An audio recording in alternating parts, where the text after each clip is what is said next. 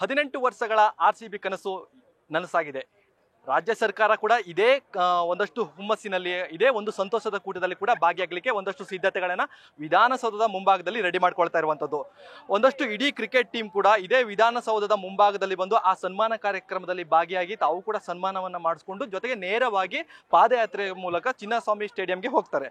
ಅದಕ್ಕೂ ಮುನ್ನ ವೇದಿಕೆಯ ಒಂದಷ್ಟು ಸಿದ್ಧತೆಗಳನ್ನ ಈಗಾಗಲೇ ರಾಜ್ಯ ಸರ್ಕಾರ ಸೂಚನೆಯ ಮೇರೆಗೆ ನೇರವಾಗಿ ವಿಧಾನಸೌಧದಲ್ಲಿ ಒಂದಷ್ಟು ಸಿಬ್ಬಂದಿಗಳು ವೇದಿಕೆಯ ಮುಂಭಾಗದಲ್ಲಿ ಯಾವೆಲ್ಲ ತಯಾರಿಗಳಿರಬೇಕು ಸಂಪೂರ್ಣವಾದ ಒಂದು ಓಪನ್ ಸ್ಟೇಜ್ ಅನ್ನ ಈಗಾಗಲೇ ಸಿದ್ಧತೆಗಳನ್ನ ಮಾಡ್ಕೊಳ್ತಾ ಇದ್ದಾರೆ.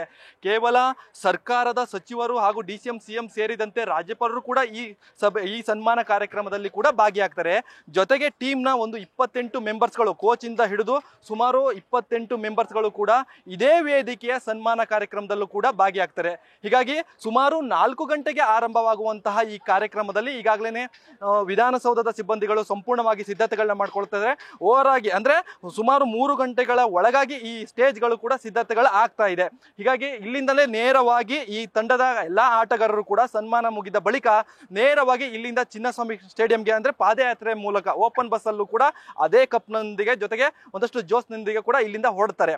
ಈಗಾಗಲೇ ಇಲ್ಲಿರುವಂತಹ DPR ನ ಕಾರ್ಯದರ್ಶಿಯವರು ಹೇಳಿರುವಂತಹ ಪ್ರಕಾರ ಕೇವಲ ಇಲ್ಲಿ ಸರ್ಕಾರದಿಂದ ಅಷ್ಟೇ ಸನ್ಮಾನ ಇರುತ್ತೆ, ಜೊತೆಗೆ ಅಭಿಮಾನಿಗಳಿಗೆ ಈ ಒಳಭಾಗದಲ್ಲಿ ಅವಕಾಶಗಳು ಇರಲ್ಲ. ಯಾಕಂತಂದ್ರೆ ಇದೊಂದು ಸೂಕ್ಷ್ಮ ಪ್ರದೇಶ ಆಗಿರೋದ್ರಿಂದ ಎದುರುಗಡೆ ಹೈಕೋರ್ಟ್ ಕೂಡ ಇರುವಂತದ್ದು, ಜೊತೆಗೆ ಟ್ರಾಫಿಕ್ ಆದ್ರೆ ಪೀಕ್ ಅವರ್ಸ್ ಅಲ್ಲಿ ಒಂದಷ್ಟು ತೊಂದರೆಗಳು ಕೂಡ ಆಗ್ತದೆ. ಹೀಗಾಗಿ ಸರ್ಕಾರ ಕೇವಲ 18 ವರ್ಷಗಳ ಬಳಿಕ ಒಂದಷ್ಟು ಜೋಶಲ್ಲಿ ಇರುವಂತದ್ದು, ಜೊತೆಗೆ ಕಪ್ನ ಆಸೆ ಈಡೇರಿಸುವಂತಹ ಆಟಗಾರರಿಗೆ ಇಲ್ಲಿ ಕೇವಲ ಸನ್ಮಾನ ನಡೆಯುತ್ತೆ. ಸನ್ಮಾನದ ಬಳಿಕ ಇಲ್ಲಿಂದ ಪಾದಯಾತ್ರೆಗಳು ಹೋಗ್ಬೇಕಾಗತ್ತೆ. ಹೀಗಾಗಿ ಇಲ್ಲಿ RCB ಅಭಿಮಾನಿಗಳಿರ್ಬೋದು, ಜನಸಾಮಾನ್ಯರಿರ್ಬೋದು, ಒಳಗಡೆಗೆ ಅವಕಾಶಗಳು ಇರಲ್ಲ. ದೂರಿಂದಲೇ ನೋಡುವಂತ ಒಂದಷ್ಟು ಅವಕಾಶಗಳನ್ನ ಇಲ್ಲೊಂದಷ್ಟು ಸ್ಕ್ರೀನ್ ಬೋರ್ಡ್ ಗಳನ್ನ ಕೂಡ ಹಾಕ್ತಾರೆ, ಅಲ್ಲೂ ಕೂಡ ನೋಡುವಂತ ಸಾಧ್ಯತೆಗಳು ಹೆಚ್ಚಾಗ್ತದೆ. ಹೀಗಾಗಿ ಇಲ್ಲಿರುವಂತಹ ಒಂದಷ್ಟು ಅಭಿಮಾನಿಗಳಿಗೂ ಕೂಡ ಹೇಳಿರುವಂತದ್ದು ನೇರವಾಗಿ ಇಲ್ಲಿ ಕಾರ್ಯಕ್ರಮಕ್ಕೆ ಬರುವಂತ ಅವಕಾಶ ಇಲ್ಲ. ನೇರವಾಗಿ ಸ್ಟಾರ್ಟಿಂಗ್ ಪಾಯಿಂಟ್ ಇದಾಗಿರೋದ್ರಿಂದ ಎಂಡಿಂಗ್ ಪಾಯಿಂಟ್ ಅಂದ್ರೆ ಇಲ್ಲಿಂದ ಪಾದಯಾತ್ರೆಗಳು ಹೋಗ್ತಾರೆ.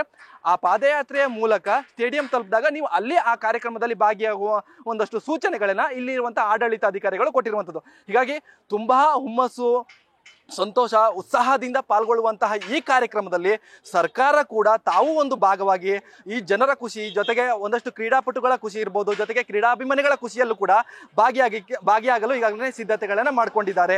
ಸರ್ಕಾರ ಜೊತೆಗೆ ವಿಧಾನಸೌಧದ ಒಂದಷ್ಟು ಸಿಬ್ಬಂದಿಗಳು ಕೂಡ ಈಗಾಗಲೇ ಓಪನ್ ಸ್ಟೇಜ್ ಅನ್ನ ಸಿದ್ಧಪಡಿಸಿ ಆ ಅದ್ದೂರಿ ಕಾರ್ಯಕ್ರಮಗಳು ಕೂಡ ಸಾಕ್ಷಿಯಾಗಲಿಕ್ಕೆ ಕೆಲವೇ ಗಂಟೆಗಳು ಕೂಡ ಬಾಕಿಯಾಗಿರುವಂತದ್ದು. ಕ್ಯಾಮ್ರಾಮನ್ ಶಿವಾನಂದ್ ಜೊತೆಗೆ Ganapati, news first, Bengaluru. News first ನಿರ್ಭೀತಿಯಿಂದ ನಿಮ್ಮ ಪರವಾಗಿ.